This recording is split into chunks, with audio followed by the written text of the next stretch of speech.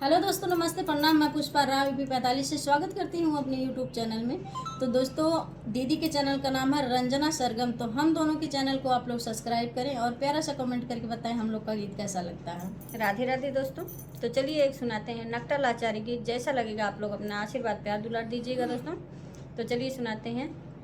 उड़ी जा पंछी खबर लाओ श्याम की, उड़ी जा पंछी खबर लाओ श्याम की, उड़ी जा पंछी खबर लाओ श्याम की। जवन कल जवा पढ़त श्याम होई है, जवन कल जवा पढ़त श्याम होई है। हथवाली हरे की तबिया बिये की, हथवाले हले की तबिया बिये की।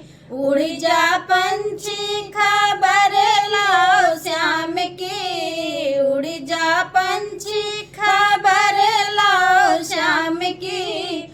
जवन गलियां घूमत श्याम होई है, जवन गलियां घूमत श्याम होई है। हथवाले हले रूमलिया रेशम की, हथवाले हले रूमलिया रेशम की। उड़ जा पंछी खबर लाओ श्याम की, उड़ जा पंछी खबर लाओ श्याम की। उड़ी जा पंछी खबर लाओ श्याम की, उड़ी जा पंछी खबर लाओ श्याम की। जवन बजरिया घूमत श्याम होई है, जवन बजरिया घूमत श्याम होई है। हथवाले हले गुड़िया वारे सर की, हथवाले हले गुड़िया वारा बड़े की।